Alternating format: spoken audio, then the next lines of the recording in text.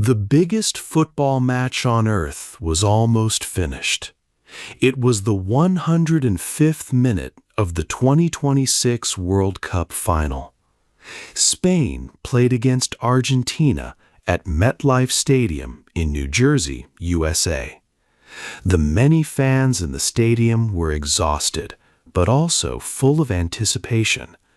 Millions more watched around the world, all on the edge of their seats, holding their breath. The score was still 0-0. Then, something special happened. Lamine Yamal, a young Spanish player, was only 18 years old. He was having the best game of his life. He ran very fast down the right side of the field. Two Argentine defenders tried hard to stop him, but Yamal was too skillful. He kept the ball very close to the end line, near where it would go out. Just before it left the field, he sent a perfect pass high into the penalty box, right near the goal. A Spanish player headed the ball softly. It went to Ferran Torres. Torres was a substitute player, meaning he had started the game on the bench. He had only been playing for a short time, coming in during the 62nd minute. He kicked the ball hard and low from very close range. Argentina's goalkeeper, who had made a record-breaking 11 saves that night, could not stop this shot. The ball went into the net. Spain scored. It was 1-0 for Spain in the 106th minute. This was the decisive goal that won the 2026 FIFA World Cup. Spain defeated Argentina by 1 goal in extra time.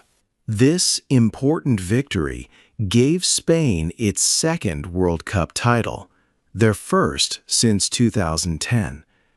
It stopped Lionel Messi and Argentina from winning their second championship in a row, which they had wanted for 4 years. But this final game was much more than just a score.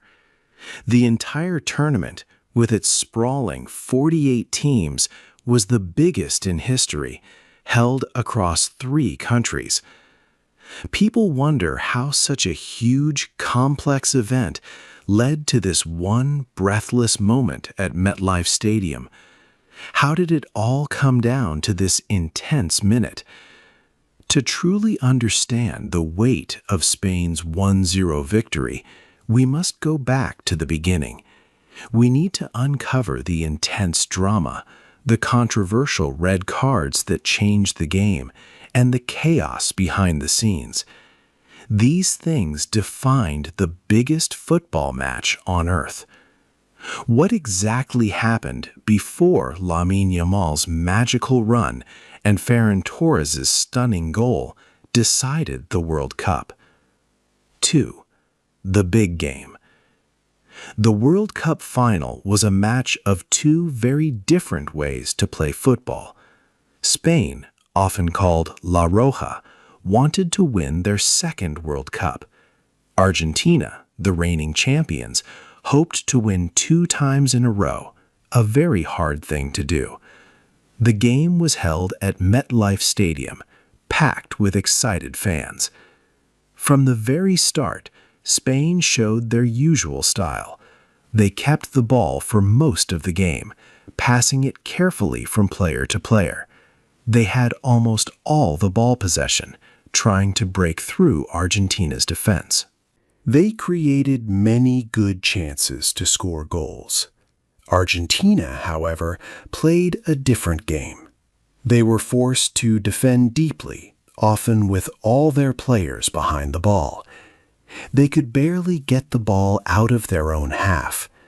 For the entire 90 minutes of regular time, the score stayed 0-0.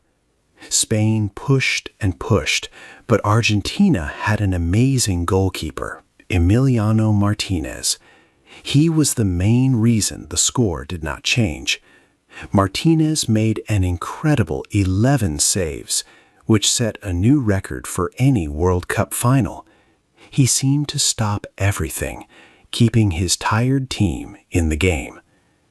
Argentina did not manage to have a single shot on goal during those 90 minutes. This was an unthinkable statistic for a team that had scored in every single match of the tournament before this final. Many people wondered how a team could survive so long without even trying to score. The game was full of tension, which grew higher with each passing minute. Deep into the second half's stoppage time, a critical moment arrived. Enzo Fernandez, a tough midfielder for Argentina, committed a foul. The referee immediately showed him a second yellow card, which meant a red card. Enzo had to leave the field. Argentina was now playing with only 10 men. This was a harsh blow for Argentina. The referee, Slavko Vincic, had no choice but to show the red card in the 3rd minute of stoppage time. Argentina was already exhausted and now had fewer players. They had to face another 30 minutes of extra time against a relentless Spanish team that never stopped attacking. It seemed like an impossible challenge. The tension in the stadium reached a boiling point. The world watched to see if Argentina could find a way to survive this immense pressure. The best players. After the final whistle, many numbers and awards were given. Some were expected, but others were a big surprise. These awards showed who the best players were in the tournament. The Golden Boot Award goes to the player who scores the most goals. This year, it was Kylian Mbappé from France. He scored 10 goals in the tournament. This was a special win for him, as he became the first player in World Cup history to win the Golden Boot twice. Lionel Messi from Argentina was second with 8 goals. For the best goalkeeper, the Golden Glove Award went to Unai Simón of Spain. He had a great tournament. He kept 7 clean sheets. This means he stopped the other team from scoring in 7 out of 8 games. This is a truly remarkable record for a World Cup.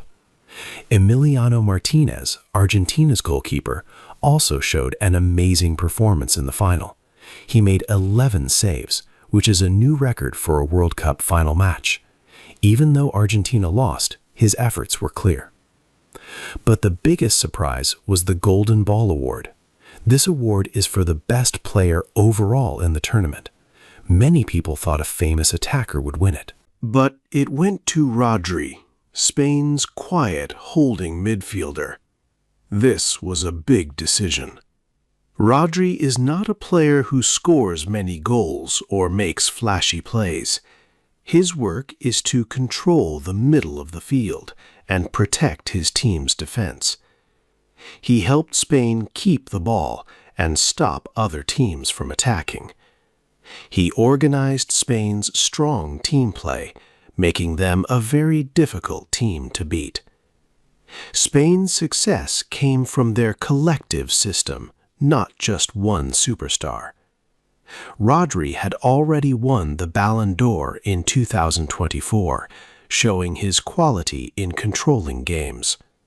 Another young Spanish player, Pau Cubarsí, won the Best Young Player award. He showed great talent in the tournament. Spain's team had been very strong for a long time. They had not lost a game in regular time since March 2024. This long winning streak showed how good their team system was. They won the 2024 European Championship too. Yet, despite all these awards and Spain's strong team, one famous player had a very quiet final. Lionel Messi, the legendary captain of Argentina, barely touched the ball. Spain's defense stopped him from playing his usual game. After the game, millions of fans wondered, was this the last time they would see Messi play for his country? His future in international football was now a big question. 4.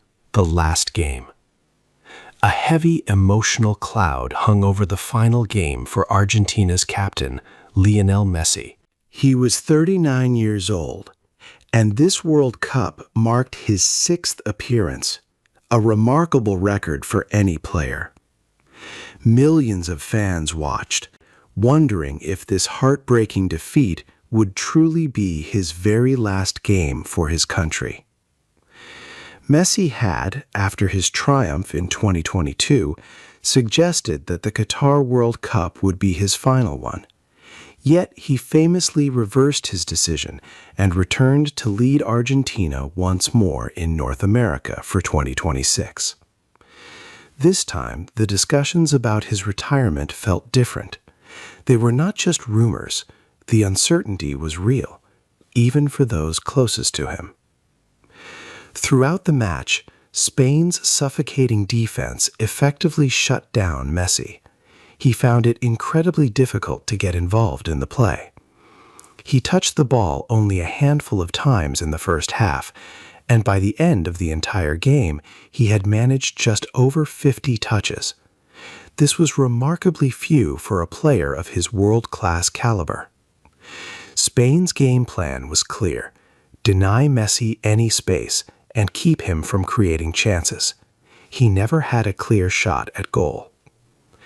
After the final whistle blew and Spain celebrated their victory, Messi sat alone on the turf. He appeared visibly emotional and deeply sad. Several Spanish players, showing respect, crossed the field to embrace him. He remained seated for some time, reflecting on the loss, before eventually rising to accept his runner-up medal. Argentina's coach, Lionel Scaloni, was asked directly about Messi's future in international football. He did not give a clear response. Scaloni simply said that Messi always surprised him and that he had no real idea what his captain would decide. It seemed that even those closest to the football legend were kept in the dark about his next steps. Messi himself later spoke about the deep meaning of representing Argentina. He explained that the value of playing for his nation could not be reduced simply to the color of a medal, whether gold or silver, given everything the national shirt and badge meant to him. The critical question of whether Messi will play in the upcoming 2030 World Cup remains completely unresolved. While reports suggested he might continue to play for Argentina through their next continental championship cycle, a 7th World Cup appearance at what would be the age of 43 is considered very unlikely by any realistic measure. Therefore, Messi's true final chapter in international football remains unwritten. A massive question mark continues to hang over the sport's most famous and beloved face, leaving millions of fans holding their breath about his future. 5. A big World Cup. The 2026 World Cup was truly enormous. It was the first time that 48 national teams took part, a big jump from the 32 teams in past tournaments. This expanded format meant many more matches and a much wider spread of countries. The entire tournament involved 104 games played over 39 days. These matches happened in 16 cities across 3 different countries: the United States, Mexico, and Canada. It was the largest World Cup ever in terms of scale and the number of teams. One of the most surprising stories came from Cabo Verde, a small island nation in West Africa. They were playing in their very first World Cup, making them true debutantes on this global stage. Against all odds, they went unbeaten through their group stage matches, showing great football. Later, they faced the defending champions Argentina in the round of 32. Cabo Verde played an incredible game, coming back from behind twice.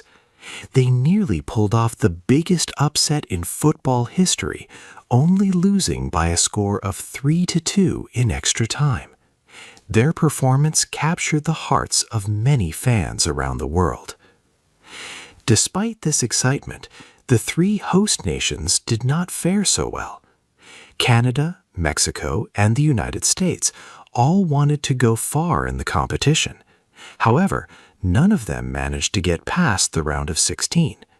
Canada lost to Morocco, Mexico fell to England, and the United States was defeated by Belgium 4-1. Their early exits were a big disappointment for local supporters in all three countries. Even though the home teams left early, the World Cup continued to draw huge crowds. Stadiums across the United States, Mexico, and Canada were packed for almost every match. The tournament broke all previous attendance records, easily passing the mark set by the 1994 World Cup, which was also held in the United States. This was a testament to the global appeal of football. The sheer logistical challenge of hosting such a massive event was immense, from managing travel for 48 teams to installing temporary natural grass fields in stadiums like MetLife, where the final was held. The preparations were enormous. This created a spectacle that many people were not fully prepared for, showcasing football on an unprecedented scale. The music show. The World Cup final had a big new part, a music show during halftime. This was the first time FIFA, the World Football Organization, tried something like the American Super Bowl show. Many people had different opinions about it. Some liked this new entertainment, but others thought it did not fit football's oldest and simplest traditions. The show lasted for 11 minutes. Chris Martin, the singer from the band Coldplay, helped to curate the event. It brought together many famous music stars. The roster included Madonna, Shakira, the K-pop group BTS, and Justin Bieber. Other artists like Burna Boy, conductor Gustavo Dudamel, a New York school choir, and even the Muppets also appeared.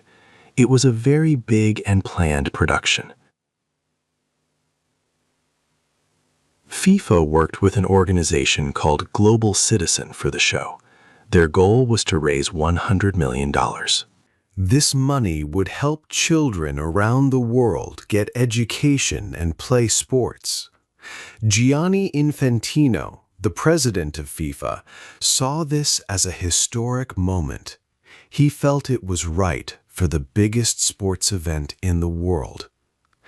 Normally, a football halftime break is only 15 minutes. The long music show made people wonder if the break would need to be longer. This showed how American entertainment was now part of the World Cup. Some people felt this was a good evolution for football, making it more exciting.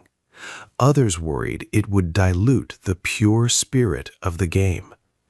People felt a strong ambivalence about these changes. After the spectacular music faded and the glittering stages were cleared away, the players returned to the pitch. The world then snapped back to the nerve-wracking reality of the game. The score was still 0-0, a tense deadlock. The second half of the biggest football match was about to begin. 7. Problems outside. The 2026 World Cup was a truly massive event, full of exciting football and record-breaking crowds. Yet, away from the bright lights and cheering fans, serious problems were happening just outside the stadiums. These were not about the game itself, but about the social and political issues in the host country, the United States. They cast a long, uncomfortable shadow over the celebration, reminding everyone that real-world struggles continued. During the many weeks of the tournament, U.S. immigration policy repeatedly caused difficulties. These strict rules intersected with the event in very direct ways. For example, a referee from Somalia named Omar Artan was stopped from entering the United States. This denial was a clear consequence of a travel ban. President Donald Trump's administration had put this ban into effect in 2025, stopping citizens from nearly 40 countries from entering the U.S. Other national teams also faced similar challenges. Iran's football team, for instance, had to change their main training camp. They moved it from Arizona in the U.S. to Tijuana, Mexico. This decision came because many of their support staff were unsure if their visas would be approved. While the players themselves could usually enter for games, numerous staff members had their visa applications rejected. The team often had to travel back and forth across the border after playing each match. Another major concern was the presence of agents from Immigration and Customs Enforcement, ICE, at the World Cup venues. U.S. Department of Homeland Security officials confirmed that ICE agents would be at the stadiums. This public statement seemed to contradict earlier promises. Before the tournament, the State Department had reportedly assured local host cities that ICE would not be stationed inside the venues. Because of this uncertainty and the potential risks, more than 120 immigrant rights organizations released a formal travel advisory. This warning informed international visitors about possible dangers they might face. Human rights groups like Amnesty International also highlighted serious concerns related to the event, pointing out the high number of people deported from the U.S. each year. FIFA, the international football organization, chose to distance itself from these immigration enforcement matters. A spokesperson stated that decisions about visas were the responsibility of national governments, not the sport's governing body. These dark, off-pitch conflicts created a stark difference from the message of global unity that FIFA promoted. The serious nature of these problems threatened to derail the joyful spirit of the entire competition. It showed that even the biggest sporting event in the world could not fully escape the complex and difficult realities of the world around it. 8. What happens next? The 2026 World Cup ended, but football never stops. Everyone now looks to the future, to the next big tournament. The 2030 World Cup will be very special. It marks 100 years since the first World Cup was played in 1930.